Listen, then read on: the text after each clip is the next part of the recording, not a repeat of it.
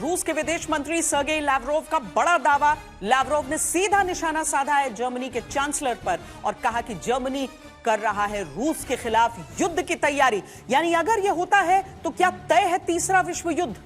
उधर रूस के एक बेहद शक्तिशाली जनरल पर कातिलाना हमला हुआ है। मॉस्को ने जनरल व्लादिमीर एलेक्सेयेव की हत्या का आरोप यूक्रेन पर लगाया है। रूस यूक्रेन युद्ध को 1400 से ज्यादा दिन बीत चुके हैं। अब यह लड़ाई सीमाओं से हटकर जैसे मॉस्को तक आ गई। क्या तीसरा विश्व युद्ध करीब है? क्या जर्मनी की नीतियां दुनिया को तीसरे विश्व युद्ध की तरफ ले जा रही हैं? क्यों रूस जर्मनी को लेकर चिंतित है? किसने मार दिया पुतिन के स्पाई दोस्त को? और क्यों इस हत्या का आरोप लग रहा है ज़ेलेंस्की पर? इस बीच कैसे नजदीक आ रहे हैं अमेरिका और रूस? मॉस्को की सड़कों पर शुक्रवार को इस वक्त अफरा तफरी मच गई जब रूसी रक्षा मंत्रालय के एक कद्दावर अधिकारी लेफ्टिनेंट जनरल व्लादिमीर एलेक्सेयेव को गोलियों से छलनी कर दिया गया। खबर है कि उन पर कई राउंड फायरिंग की गई, जिसके बाद उन्हें आनंद फानन में अस्पताल ले जाया गया। हमलावर वारदात को अंजाम देकर मौके से फरार होने में कामयाब रहे। जनरल एलेक्सेयेव कोई मामूली नाम नहीं है। वो जनरल स्टाफ के डिप्टी चीफ, रूस के टॉप स्पाई और पुतिन के सबसे करीबी दोस्त माने जाते हैं। आपको याद होगा जून 2023 का वो प्रिगजिन विद्रोह, जब रूस में तख्ता पलट की कोशिश हुई थी। तब प्रिगजिन से बात करने के लिए जिन टॉप अफसरों को भेजा गया था उसमें एलेक्सेयेव भी शामिल थे। जनरल की हत्या का आरोप यूक्रेन पर लग रहा है। ये 14 महीनों में चौथे रूसी जनरल की मौत है।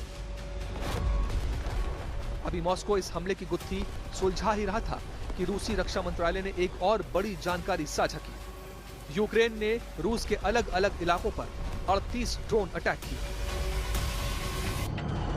हालांकि रूस का दावा है कि उसके एयर डिफेंस ने इन सभी ड्रोन्स को मार गिराया। इनमें सबसे ज्यादा 26 ड्रोन ब्रायंस इलाके में गिराए गए, जबकि बेलगोरोद, लिपेत्स्क और ब्लैक सी के ऊपर भी यूक्रेनी मंसूबों को नाकाम कर दिया गया। यूक्रेन जो बिल्कुल ब्लैक सी के अक्रॉस रशिया की सिक्योरिटी का एक बहुत अहम हिस्सा है। ये रशिया का ब्लैक सी फ्लीट वहाँ पर है, तो रशिया को किसी भी हालत में ये मंजूर नहीं हुआ कि नाटो बिल्कुल उसके दरवाजे तक पहुँच जाए। जब तक अब ये यूरोपियन सिक्योरिटी आर्किटेक्चर का एक समाधान नहीं हो जाता है, मैं नहीं समझता हूँ कि ये झंझट खत्म होगा। चाहे वो यूक्रेन अब मान ले कि वो नाटो का मेंबर नहीं बनेगा, लेकिन अगर यूक्रेन बना रहा बिल्कुल रशिया के बॉर्डर तक, तो रशिया को टेरिटरी चाहिए ताकि वो अपनी सिक्योरिटी को परमानेंटली रिजॉल्व कर सके। एक तरफ युद्ध का मैदान दहक रहा है तो दूसरी तरफ शांति की मेज पर कुछ हलचल शुरू हुई। अबू धाबी में पिछले 2 दिनों से अमेरिका, रूस और यूक्रेन के बीच त्रिपक्षीय शांति वार्ता चल रही थी। इस बातचीत का एक बड़ा नतीजा ये निकला कि अमेरिका और रूस अपनी सेनाओं के बीच हाई लेवल डायलॉग फिर से शुरू करने पर सहमत हो गए हैं। 2021 में यूक्रेन युद्ध शुरू होने से ठीक पहले ये संवाद बंद कर दिए गए थे। अब सवाल ये है कि क्या ये बातचीत युद्ध खत्म होने की पहली सीढ़ी साबित होगी? रूस की ये नीति है कि कोई टेंजिबल वार्ता हो, टेंजिबल रिजल्ट निकले, इससे पहले रूस ज़्यादा से ज़्यादा क्षेत्र हथिया ले, ताकि रूस एक पॉइंट ऑफ स्ट्रेंथ से, एक मजबूत स्थिति से वार्ता करे। और क्योंकि निश्चित है कि जो मजबूत स्थिति में होता है वही डिक्टेट करता है टर्म्स।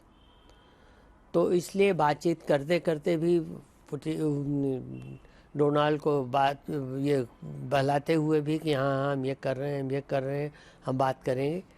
वैसे रूस ने अपना ऑब्जेक्टिव पूरा कर लिया है। लेकिन शांति की राह इतनी आसान नहीं है। जेनेवा में जारी निरस्त्रीकरण सम्मेलन में रूस के स्थायी प्रतिनिधि गेनेडी गातिलोव ने अमेरिका को आड़े हाथों लिया।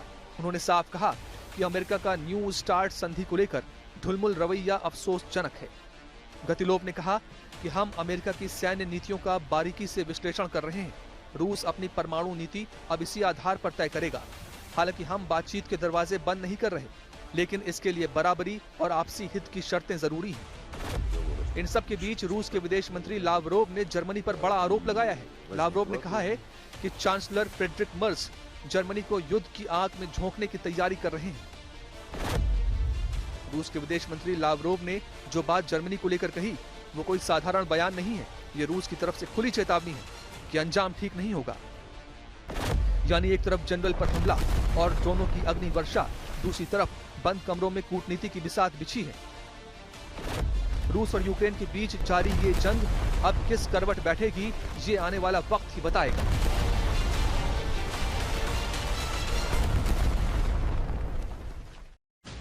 रूस और यूक्रेन के बीच करीब 4 साल से जंग जारी है। एक अमेरिकी रिपोर्ट के अनुसार फरवरी 2022 से अब तक रूस और यूक्रेन मिलाकर करीब 20 लाख सैनिक या तो मारे गए हैं या घायल और लापता हैं।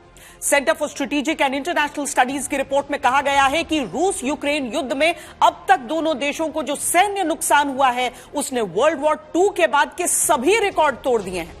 CSIS के अनुसार रूसी सेना के कुल हताहत सैनिकों की संख्या करीब 12 लाख तक पहुंच चुकी है, जिनमें से 3.25 लाख सैनिक मारे जा चुके हैं। CSIS के अनुसार फरवरी 2022 से दिसंबर 2025 तक यूक्रेन के 5 से 6 लाख सैनिक हताहत हुए हैं। इनमें से 1 से 1.5 लाख सैनिकों की मौत हो चुकी है। संयुक्त राष्ट्र के अनुसार 2025 में यूक्रेन में 2,500 से ज्यादा नागरिक मारे गए, 12,000 से अधिक लोग घायल हुए। 2022 से अब तक करीब 15,000 नागरिकों की मौत की पुष्टि हो चुकी है।